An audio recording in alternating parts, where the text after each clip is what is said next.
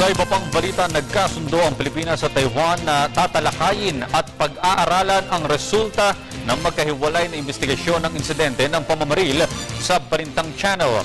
Para sa balita mo kami, Ruby Cerezo.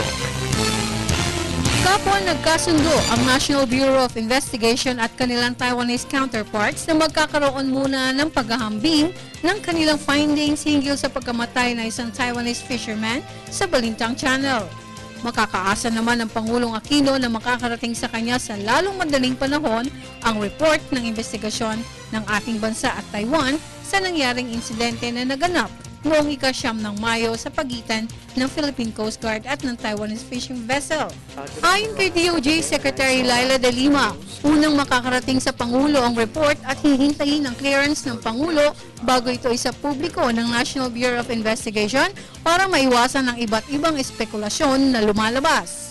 Bagamat ayaw umanong pangunahan ng kalihim ang resulta ng investigasyon, muli namang iginiit ni Secretary De Lima na hindi sinasadya ang pagkakabaril sa dayuhang mangingisda at nangyari ang shooting incident sa loob ng teritoryo ng Pilipinas.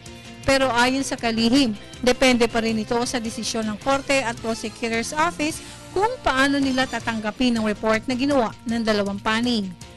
Para sa Telebisyon ng Bayan, Ruby Cerezo.